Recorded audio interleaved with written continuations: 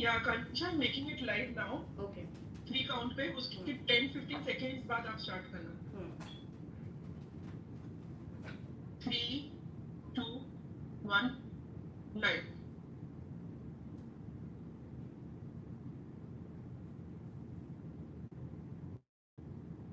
Hello everyone, good afternoon, and I'm sure you guys are doing great.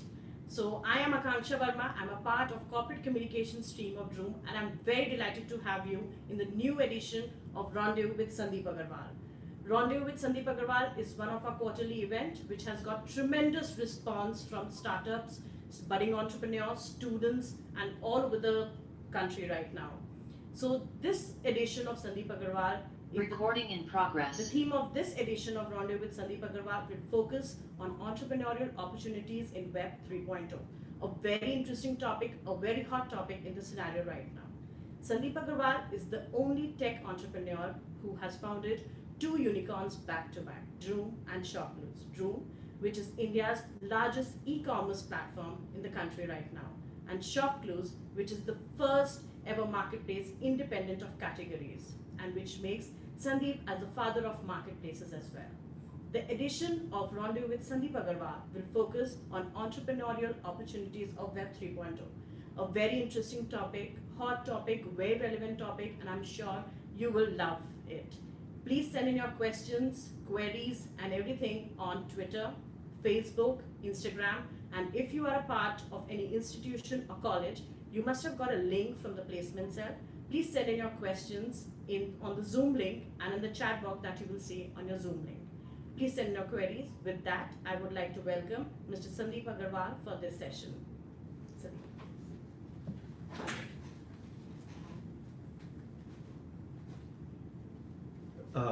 Good afternoon, everyone. This is Sandeep Aggarwal. Very nice to see all of you here.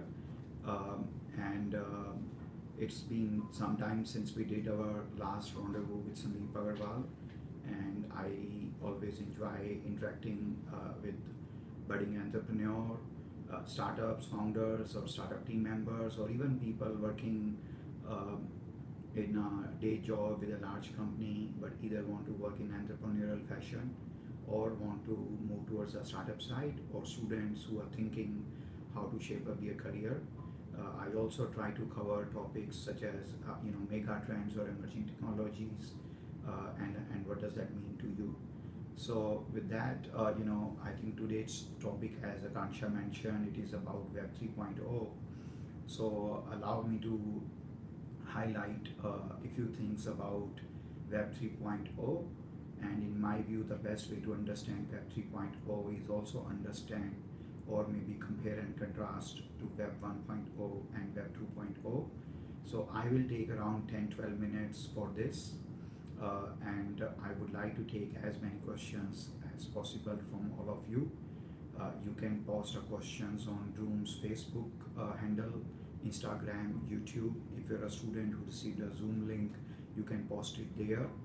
You can even raise hand if you have a Zoom link, and our team will allow your question, and we'll try to take as many questions as possible.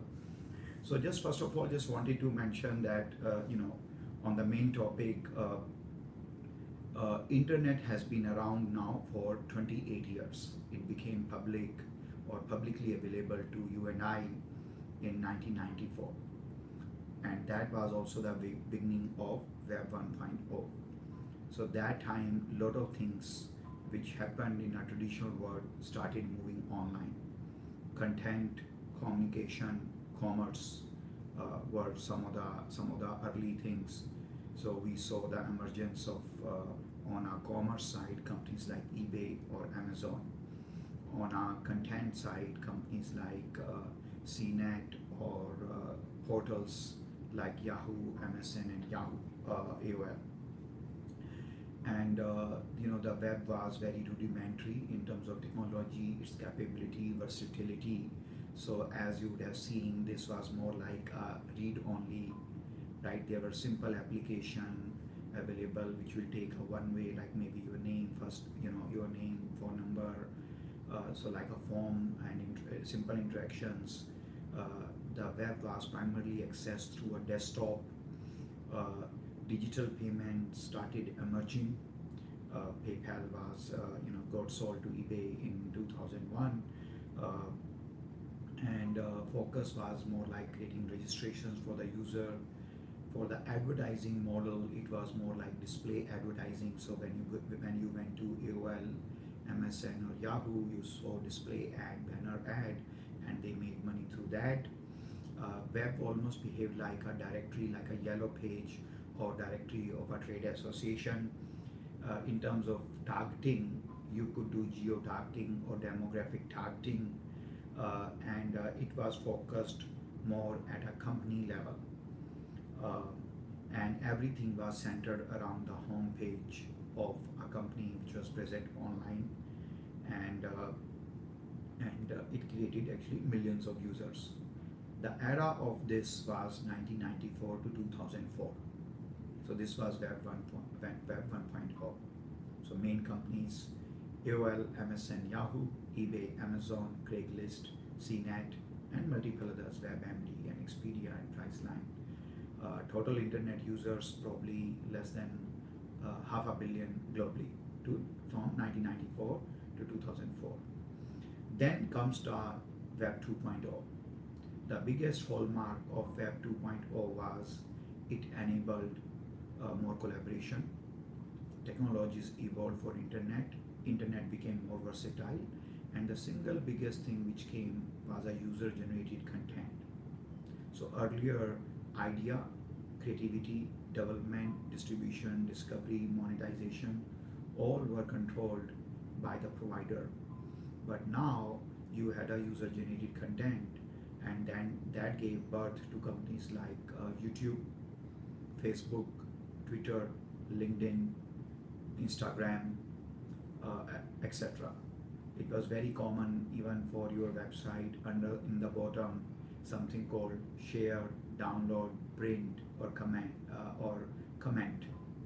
So this was truly a user generated era. Internet speed grew faster. Instead of half a billion people on internet, maybe by in this era it was a billion and a half internet users who moved online. Beside desktop, they started accessing internet through laptop, and also early adoption of mobile phone. This era was 2004 to 2016, and we currently kind of live into the same era. But roughly 2016, as internet became more evolved, technologies further evolved. What was not previously possible became possible. We started talking about data science, artificial intelligence, machine learning, deep tech, and very extremely high speed internet, smartphones as a primary way of accessing the internet, and a lot of other technologies. So it resulted into a new set of companies started coming, and that is Web 3.0, where a lot has been discussed around, I would say, blockchain, crypto, NFT, and metaverse. Right? These are absolutely the building blocks of Web 3.0. But in my view, I always use a 6C framework, and I think it plays out in every era: Web 1.0, Web 2.0, Web 3.0. So those 6Cs are commerce, content, community, communication, currency, and computing. Commerce means company like Droom or Flipkart or Amazon. Community would be like companies like Instagram or Facebook. Content will be companies which are vertically focused content companies. Could be on health, travel, like TripAdvisor, and communication would be companies like WhatsApp or Skype, or Zoom. And currency would be either mobile wallet, UPI, or even crypto. And computing would be what we call it cloud until Web 2.0, maybe client from 1975 until the internet came into existence, and maybe as mainframe from 1962 until the personal computer got invented. So these 6C, in my view, each one will go through its own evolution and disruptions in Web 3.0. Currency side, so much has already been done in terms of, I would say, in terms of crypto, blockchain. A lot has been done on the content side, but primarily either through NFTs or gaming or metaverse. But there is so much more is going to happen.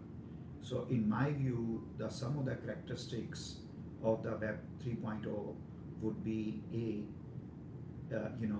internet has evolved from web form to a web application to semantic.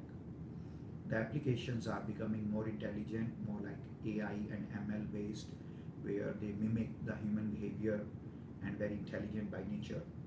Internet essentially is decentralized. That was a basic foundation of internet even 28 years back. Over time, some large companies try to create proprietary platform, but I think now with a smart contract, crypto, in general, it is becoming more decentralized in nature. Rendering of rich information, graphic-heavy things will, augmented reality, virtual reality, going through metaverse, right? If Web 1.0 was a digital payment, Web 2.0 was mobile payment, 3 is crypto, right? Blockchain will add new set of security for the users, right? If in the past you did demographic or geo-targeting with Web 1.0, behavioral targeting in Web 2.0, you will be able to do deep behavioral targeting and psychographic targeting to the next level for the users. If the 1.0 served at a company level, 2.0 served as a community level, 3.0 is serving at an individual level.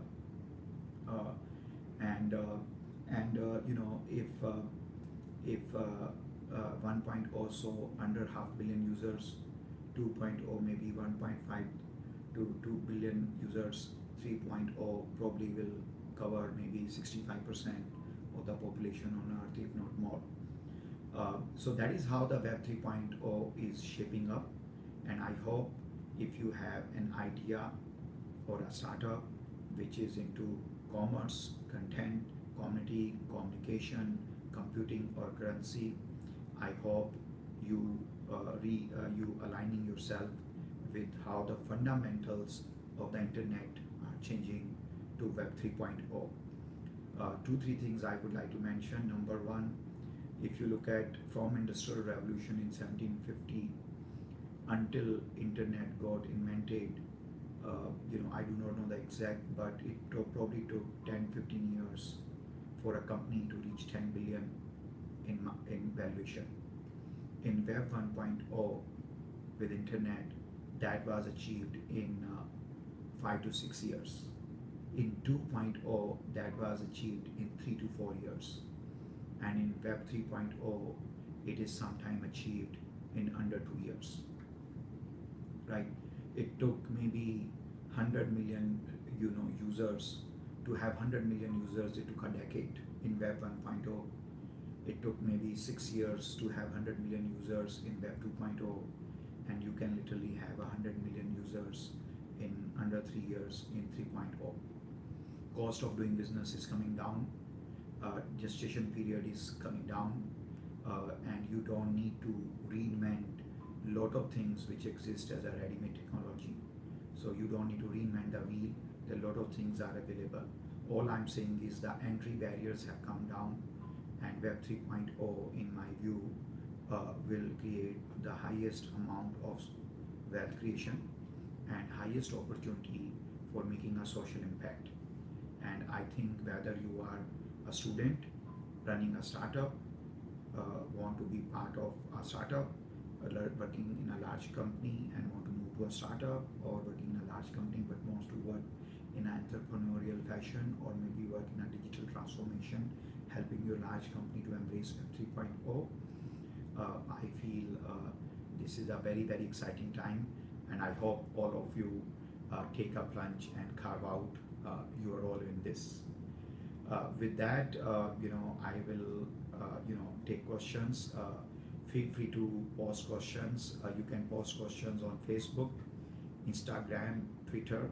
If you got a Zoom link, then you can post it there in the chat box, or even raise a hand. Our team here is posting all the questions to me. And so with that, I'll take the first question. Question is, how to accelerate the brand's growth with Web 3.0? This question is from Apurva Kapoor from Mumbai, and question came through YouTube. Thank you, Apurva. This is a very nice question. So, Web 3.0 also means there's a proliferation of influencer marketing. Web 3.0 also means there's a very large creator economy in the building. For example, today the total internet population is around 5 billion, and 50 million of this 5 billion actually are part-time, full-time, amateur or professional influencers. They are currently earning close to $15 billion a year, which was less than 2 billion 5 years back. In my view, this could be 45 billion. And any brand who saw how they can use influencer marketing, creator economy, or content marketing in Web 3.0 as an opportunity to create brand has actually done phenomenally well. I'm completely an outsider, but in my view, if you watch closely Shark Tank, Pushpa movie, Kashmir File, or RRR, let's say four programs, TV, web series centric programs or movies, these have phenomenally used Web 3.0 marketing strategies, and there was no doubt their content was unbelievably good, but they got disproportionately higher attention and return because their brand creation and brand awareness was very, very, very 3.0. So I would say if you are content heavy, influencer marketing heavy, and tapping into creator economy, that is a new way of creating a brand rather than focusing on traditional ATL and BTL opportunities. Second question comes from Kirti Dikshit in Bangalore via Zoom. Question is how the arrival of Web 3.0 will transform the traditional approach. So Kirti, great question. First of all, the definition of innovation is what is possible now which was previously not possible, right? So what is possible is that you don't need to reinvent the technologies by writing the code from start for everything you do. There's a lot of basic plumbing, you just need to do the plumbing work. A lot of pipes and other basic infrastructure already exist. Second is there is because of the new technologies, cost of serving even a single individual has come down so dramatically that even if you have a decentralized model, you can still make meaningful sense, right? And then basically, rather than having a people-heavy business, you can have very intelligent application. Building two companies, Shopclues and Droom, I am noticing every new applications we are writing, foot out of the door, our minimum viable product MVP alone is so much more intelligent than a similar type of applications 3 years back or 10 years back. So I think this is how the cost of doing business has come down. Marketing wise, you don't need to necessarily always spend money on Google, Facebook, or expensive TV channels. You can tap into video marketing, content marketing, creator economy, influencer marketing. So all these is I would say how it is changing. Next question comes from Aditya Kapoor from Noida through YouTube. Question is why Web 3.0 is called next generation internet. Aditya, this is called next generation internet is very similar to how you have iPhone 13 now, it was iPhone 12 earlier, then iPhone 10, maybe sometime iPhone 3. So all this is an evolution. Every new iteration of iPhone probably gave you better resolution of camera, better processing power, more storage, slimmer form factor, maybe more seamless integration with the cloud, and many retina display, better touch, maybe face recognition and so on, right? So that is why it was called web, for iPhone 1, 2, 3, 4, 5, 6. Same way, Web 3.0 is called next gen because it offers semantic web.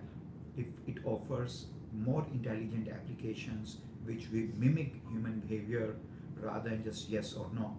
It can serve each individual with their own personalized needs or requirements at a decentralized manner. It can render 3D metaverse augmented reality on your form factor on your display screens. It can also give you multiple things where you don't need to reinvent the wheel, and that is why it is called next gen. So it's just an evolution of internet. Hopefully 5-7 years from now, maybe some shape, or now while we are talking about Web 3.0, maybe some companies are already behaving like Web 4.0, but we are not right now capable to define it as Web 4.0, and that would be called next gen internet that time. Next question comes from Prerna Sharma from Delhi, and this question is asked through Zoom. Question is how Web 3.0 is changing social media and the online world. Prerna, great question. Social media actually was basically the beginning of Web 2.0. So essentially the social media is user generated content. But in my view, different people may have, by the way, a different opinion and viewpoint on this. This is still up for debate, and philosophically there is no right answer. But in my view, social media is now two-part. One is still controlled by a large social media platform, and it creates very limited opportunity for a user creator economy. And I would say Facebook or Twitter or LinkedIn would be example of that. But there's another part of social media which is more now tilted towards 3.0, and that would be, in my view, Instagram and YouTube, which has created a very sizable creator economy. So it's not no longer only just a user generated content. You have ability to own it, you have ability to display it in your small microcosm of 50,000 followers, 2,000 followers, 2 million followers, and you have also ability to actually get paid for your effort. So if you can create a nice video, some instruction, do it yourself, home remedy, it is now monetizable. It is owned by you, and still you can have a wide reach of a social media, but within that your small microcosm. In my view, that is how social media is changing, and I did mention towards the beginning how others see. So social media, I will call it computing, but of course commerce, content, currency, communication, and computing also changing. Next question comes from Amit Hudar at Facebook. Question is, my company works on Web 3.0 security bug bounty on Web 3.0. Do you invest on company like mine or VC in India who fund on Indian Web 3.0 security company? Amit Hudar, thank you for this question, and congratulations on your startup. It sounds very exciting. Look, in the client era, when PC was the main way to fulfill your computing needs, security was a very big concern. And from consulting services to security as a product, lot of things came into existence for security, right? Web 3.0 opens different challenges, while Web 3.0 inherently is more secured because of smart contracts and use of blockchain technologies, but the need of security is ever rising, because now you are catering at an individual level, and the sensitivity about personal information, privacy, security in general has gone up. So absolutely, you have a fantastic idea. I'm happy to take a look. I do try to do, sometime on a low side, one investment a month, sometimes three investment in a month, and I typically come very early stage. So I'm happy to take a look. Uh, so please, if you want to reach out to me, you can send me an email at sandeep@sandeepagarwal.com, or you can direct message me, DM me on Twitter or my Instagram handle. My Instagram handle is Agarwal Sandeep 007. I have lately been more active following my own spirit of Web 3.0 on Instagram. But congratulations, this is a great idea. I think it is fundable. You may want to pick up maybe angels first, followed by VC round, followed by growth round, and good luck. Next question comes from Sahil Khan from Kolkata through Facebook. Question is Web 3.0 contribution towards the Indian economy. Sahil, fantastic questions. I obviously am very, very passionate. I feel very lucky and blessed to create $2 billion company back to back in India. But allow me to share, what does it mean? I think any new technology must create innovation, disruption, wealth, and social impact, right? So let me say Web 1.0 globally created maybe $500 billion new wealth made by companies like Google, Yahoo, AOL, MSN, eBay, etc. Right?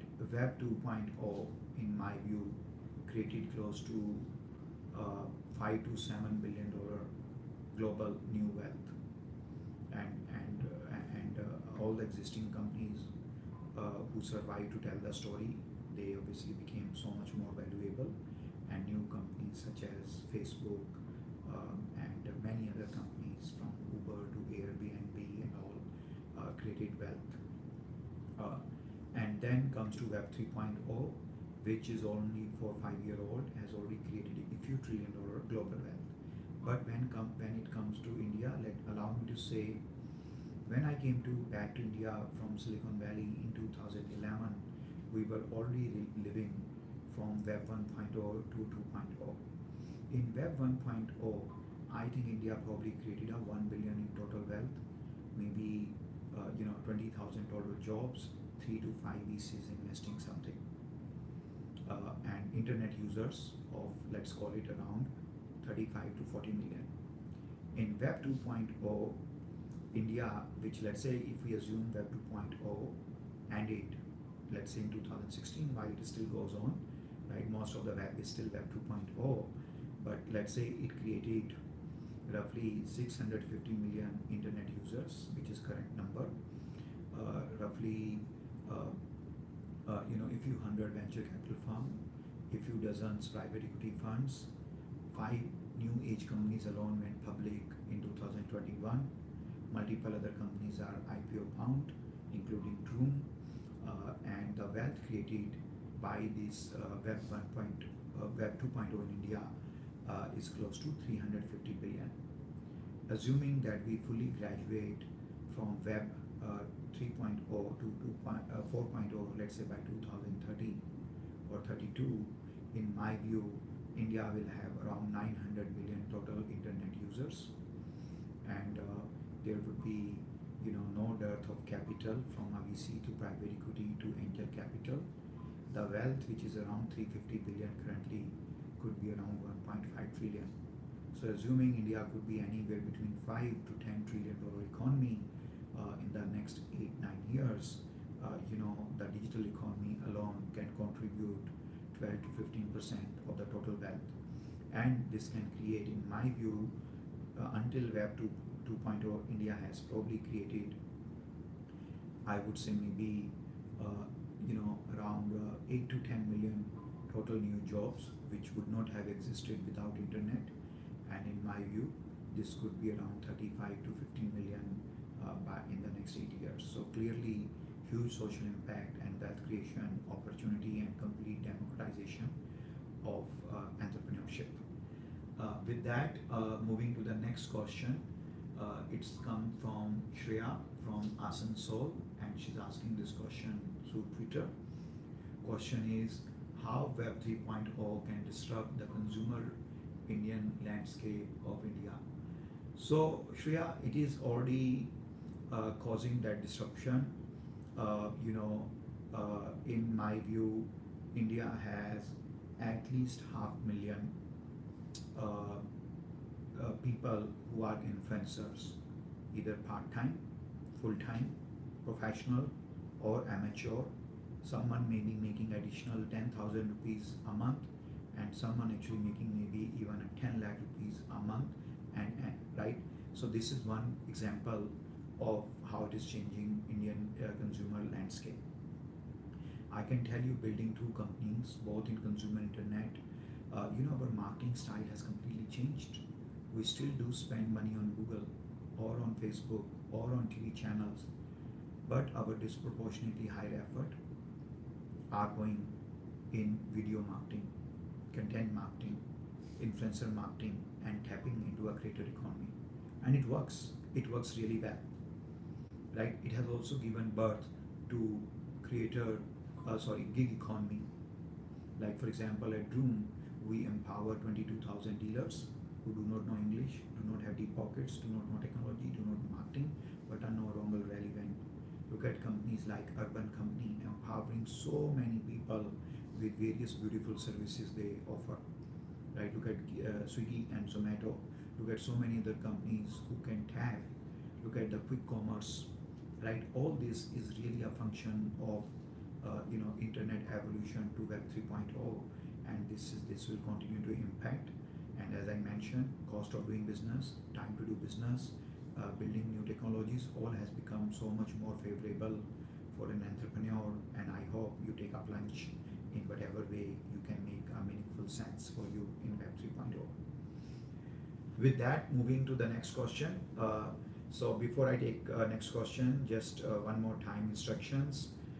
You can post your question on Droom's Facebook handle, Instagram handle, YouTube handle, or if you have received a Zoom link, you can put a question on a chat box or raise your hand, and we'll try to take as many questions as possible.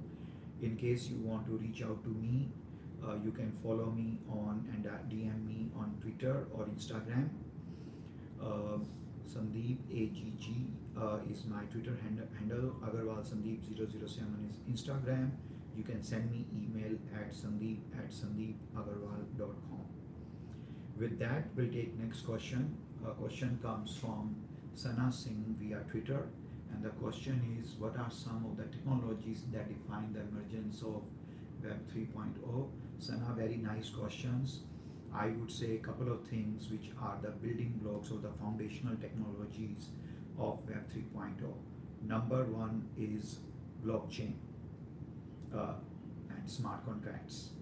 Then is heavy use of AI ML, web moving to semantic web, right? And for rendering, augmented reality, virtual reality, and metaverse, right? These are some of the. I will not go into the which programming language and development platforms you will be using. Theoretically, all are relevant, and they do a good job of staying relevant based on the era. But these are some of the hallmarks: very intelligent applications, decentralized model, smart contracts, blockchain, use of crypto, metaverse, augmented reality, virtual reality. Right? These are some of the kind of semantic web. These are some of the building blocks for the Web 3.0. Next question comes from Shashank Raj from Trichy via Zoom, and the question is, as per your experience, what are the important skills required to be an entrepreneur? Shashank, very nice questions.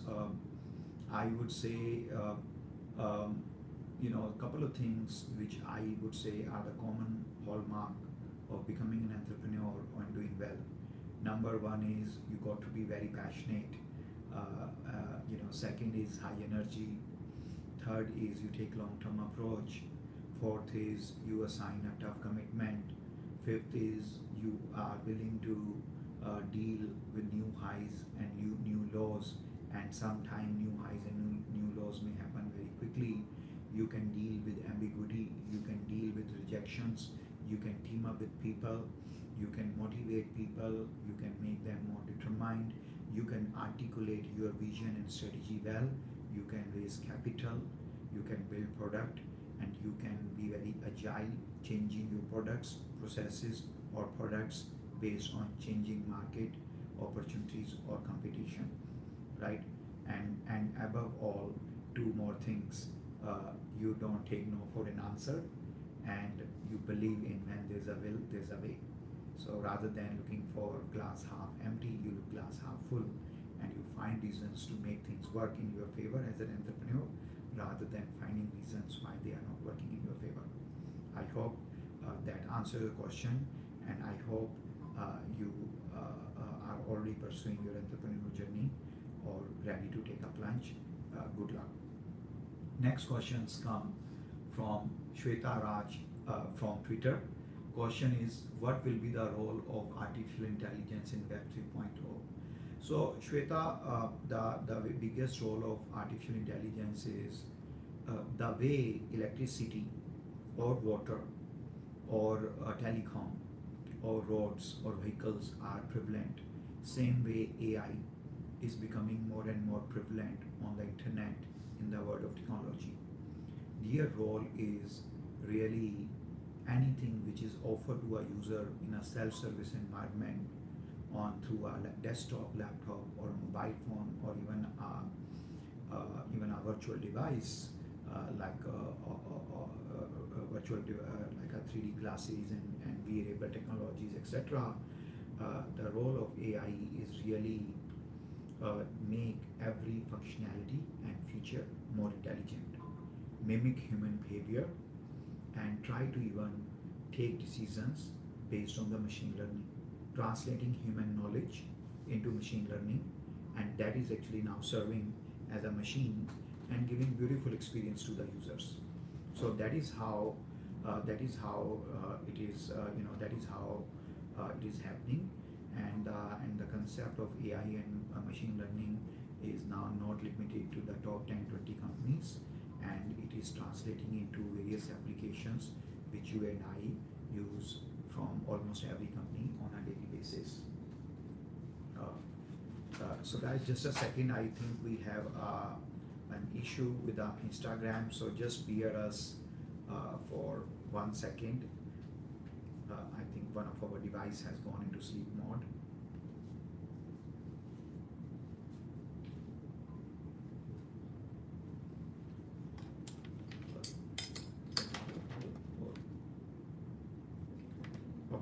Okay. So guys, I think my team is saying I should continue. I apologize if you were accessing through Instagram. We are still live. We'll try to restore on Instagram, but we are still live on Facebook, Twitter, YouTube, and on Zoom. So next question comes from Ankit Mana from IIFT through Zoom, and the question is, with the embarkment of 5G technologies in India as well as various efforts by both private and government entities, how the services industry will evolve in the next decade? Ankit, very nice question, very broad-based question. With high-speed internet, any device which takes you to the internet becoming cheaper, has a better computing power, better resolution, is a fully connected device. All that is going to create democratization of the service industry. Unless you are providing a service which is venue limited and service provider limited, and both conditions are applied, theoretically internet is harnessing a very large pool of services. Theoretically, you can see what is happening in the online education. You can see what is happening in taking even Pilate yoga or workout classes. You can see what is happening in terms of taking a medical help. You can see what is happening uh, gig economy or creator economy, right? Even what as I mentioned earlier, what Droom is doing, or quick commerce is doing, or urban companies doing, and so many other companies. This is all possible uh, as the company's internet infrastructure becomes stronger, data cost comes down, smartphone cost you very little. The computing and storage power of smartphone is probably same as a desktop 3 years back. It can now uh, it can make a service provider not limited to geography, not limited to venue, not limited to one institution.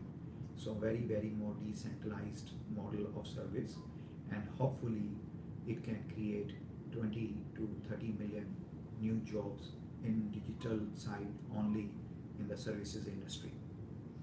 Next question comes from Nihar Shah. Question is asked through Zoom. Question is, apart from used vehicle, which other predominantly offline categories do you see making a shift to online e-commerce channel in the next 10 years? Nihar, the first company I founded, Shopclues, offered electronics, computer, mobile, clothing, shoes and accessories, health and beauty, jewelry and watches, gift and flowers, sporting goods, watches, etc., jewelry. These are in, I call it as our regular categories or impulse categories. These are arguably not that difficult to shift online. So if you find any category within these broad buckets where you can do curation better than others, cheaper than others, faster than others, that opportunity remain open. And even every year India produce dozens of vertically focused categories for which horizontal player already existed, right? So if you are inch wide, mile deep in any category in terms of selection, pricing, curation, you can literally, that opportunity in my view exist for next 1 decade and even beyond that. And then when it came to Droom, this is not a obvious category for online, right? Because there are 4 5 characteristics. One, it is high touch and feel. Second, it's a big ticket item. Third, you engage with automobile very less often, not every day like smartphone or t-shirt, right? Fourth is the regret of going wrong is very high. Fifth is if you have to reverse something like automobile, it's very tough. So we call these as a high involved categories, and these are finding a dating partner, finding a life partner, buying a home, taking a home loan, taking admission in college, finding a job, changing a job, relocation, luxury vacation package, and automobile buying. These have those 5 things characteristics. In my view, in next 1 decade, because of the evolution of internet, people becoming more risk taking, their dependency on internet has in general has gone higher. I would say that in these categories, so real estate, life partner, or travel, but within travel, more high ticket items such as honeymoon travel or luxury vacation travel, right? All these are moving online, right? And then there were a couple of questions around service industry. I think service industry, gig economy, creator economy, right? There's a huge global market. You can be, forget about in Delhi, Mumbai, Bangalore, like a large city in India. You can be in a second or third tier city of India, but has a good smartphone, decent enough internet connection, and on a service or can provide a service, you can cater to a global audience now. So I think e-commerce obviously is the largest category in terms of the percentage of GDP. It has multiple parts. Auto is one, electronics, computer, mobile are 3 others, travel could be another, and so on. But obviously, this, in my view, for decades to come, will remain among the most lucrative internet opportunity of our era. Next question comes from Alok Gupta from Bhopal through Facebook. Question is, what kind of industrial revolution we can witness in the Web 3.0? Alok, I like your question, just the fact you are terming Web 3.0 as the industrial revolution. Absolutely. In my view, I do not know about other countries, but for India, it is indeed no less than an industrial revolution.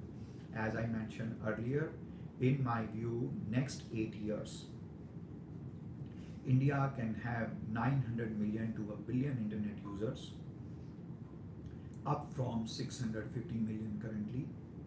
In my view, in India, 600 million people will buy something online, which is around 180 million today. Third would be India will create 1.5 trillion in new wealth versus 350 billion now and only 3 billion 10 years back. And fourth is India will probably add 25 to 30 million new jobs which will only exist because of Web 2.0 or Internet or 3.0. So this is absolutely no less than what happened in Industrial Revolution in Europe in 1750 and all other large modern history man-made revolutions. And I hope you find your way to make a big impact in this era. Guys, my team tells me that there's roughly 10 minutes left, so we'll try to take as many questions as possible. Please feel free to post question on Facebook, Instagram, YouTube, or if you have a Zoom link. The next question is Nehir Shah from Bangalore. Question comes through Instagram. What are the pros and cons of Web 3.0? Look, the technology, basically, the whole idea behind technology is to lift the standard of living for a human being, for a mankind. From inventing a perfect round wheel 5,000-6,000 years back to Web 3.0 and talking about metaverse, crypto, blockchain, and AI, the humanity and mankind has come a long way. The pros are this time, hopefully, rather than top 5-7 companies monopolizing the entire web, hopefully this will be more decentralized, right? It is lowering the entry barrier of starting a new business. It is lowering the cost of starting a new business. It is reducing dramatically gestation of creating a new business.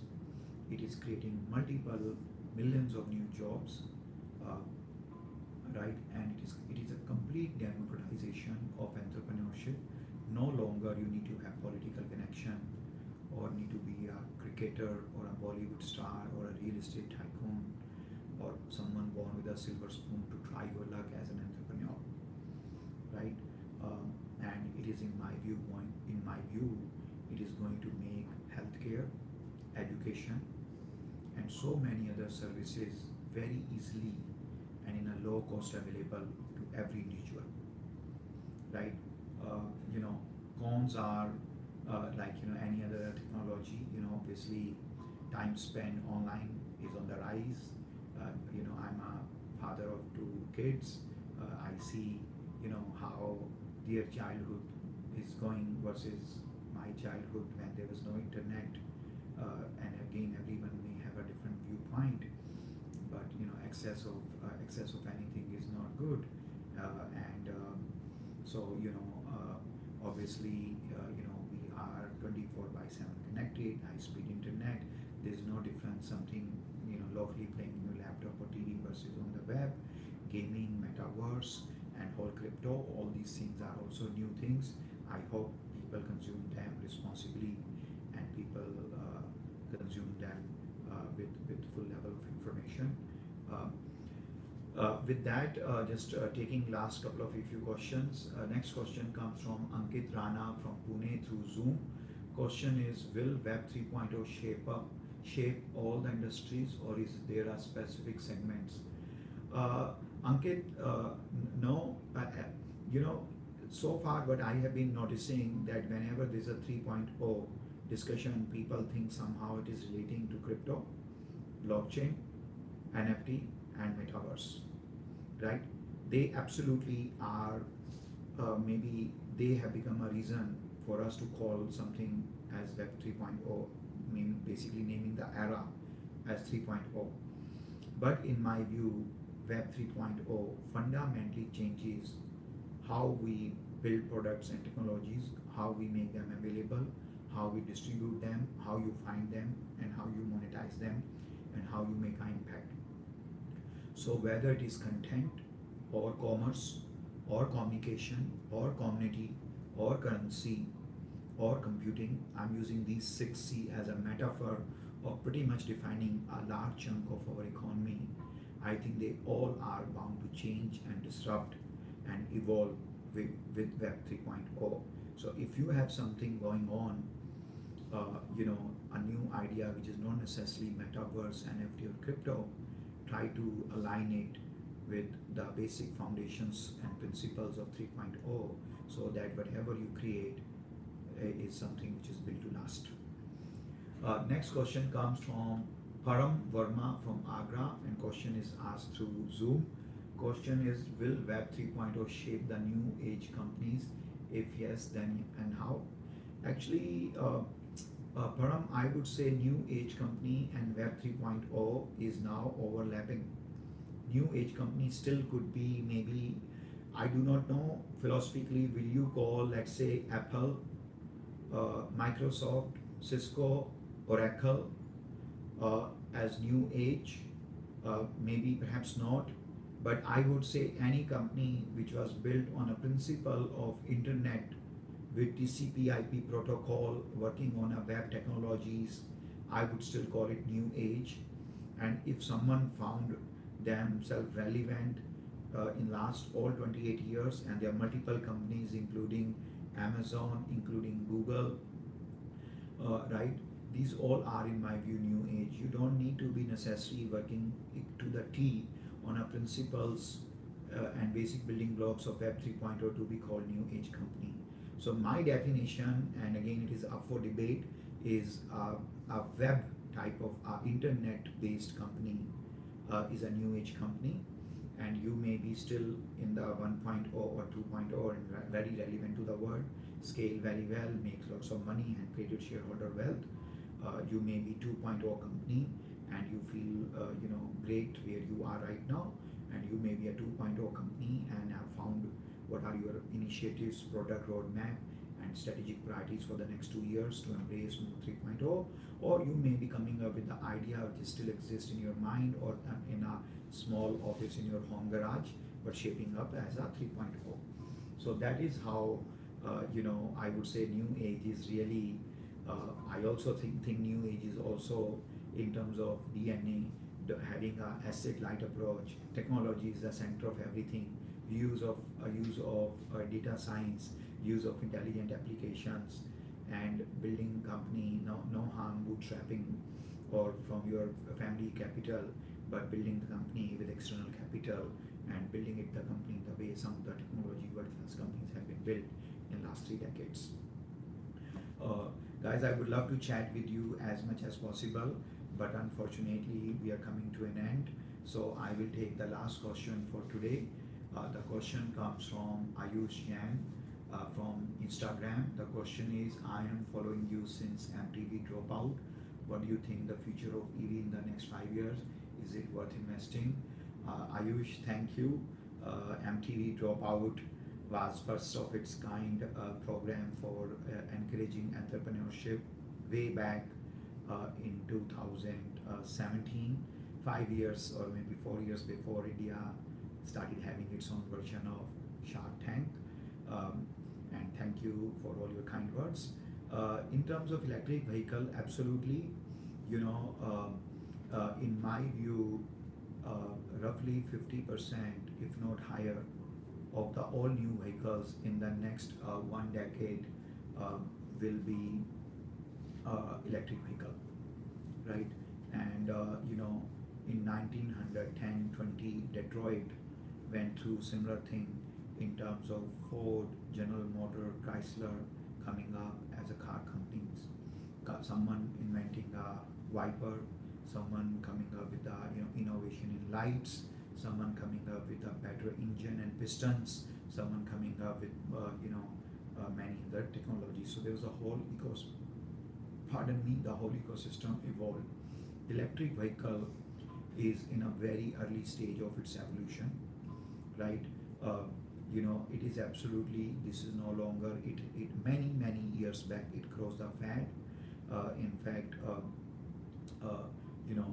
were in terms of shareholder wealth, the largest automobile company is no longer Toyota, which produce 10 million plus cars and is 100-year-old, but worth 220 billion. It's Tesla, which is even after a recent decline in market is still worth around, give and take, around 800 billion. So clearly electric EV is here to stay. It is the next big frontier. The way we talked about Web 3.0, we sometimes talk about multiple other things. In the last 250 years, fundamentally how a lot of things have changed. I think electric vehicle is one of those such things. From creating a new set of electric vehicle to a battery, to battery swapping, to their distribution, to their repair, to their financing, to innovations in the design side, to accessories which go gel well with electric vehicle. There's so much of opportunities. I will absolutely highly encourage you to invest in this area, your mind, your bandwidth, and your capital. And happy to speak with you. In case you want to reach out to me, please drop an email at sandeep@sandeepaggarwal.com. And good luck. EV is a big opportunity. So guys, with that, unfortunately, we will have to wrap up this session. Really appreciate all the questions. If your question was not answered, do send it at sandeep@sandeepaggarwal.com or follow me at Twitter or Instagram. Twitter is Sandeep Agg, and Instagram is Aggarwal Sandeep 007, and would love to chat with you, interact with you. I do make investments. I'm quite active. Can't promise whether I can even respond you back. Sometimes I receive a lot of inbound interest, but I try to cover as many as possible. So if in case you want me to come as an investor, send me anything which is shareable at sandeep@sandeepaggarwal.com. And finally, just as a closing remark, just wanted to mention that, guys, internet has been around for 28 years. First time in human history we have seen democratization of entrepreneurship, cost of doing business, whether 1.0, 2.0, 3.0 now, consistently coming down. Gestation to build a new business has come down. No longer you need to have 200-acre land, imported machinery from Germany, and 20,000 workers to start a company. You can literally have an idea, a lot of passion, energy, and a laptop, and you can win a business. Also, most of the new wealth has been created by first-generation entrepreneurs. None of them were born with a silver spoon in their mouth. None of them had a special last name or any privileges.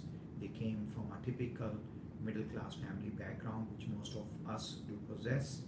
And I hope, whether you are a student thinking about your career, whether you are a startup person, a founder or a founding team member, or you work in a startup, or you're in a large company, but either want to move to the startup side or want to have a digital transformation in your large company, I hope you make best out of this era. I absolutely very strongly believe that we are living in the renaissance of new age digital revolution in India, and this is the single biggest revolution which in my view can contribute 10 to 15% of India's GDP in the next 8 years, can create total 50 million jobs, can create 1.5 trillion in new wealth. And if you have any kind of talent or product, you will no longer suffer from venue or privileges or some kind of special access. Internet will hopefully make it democratized, your own offering for the world. So with that, this is a temporarily bye from my side. Please, in case you want to stay in touch, either follow me on Twitter or Instagram. Sandeep@sandeepaggarwal.com is an email, and we will continue to host this hopefully quarterly basis, so long as you find it useful, so long as you find this value addition, I would absolutely do my part.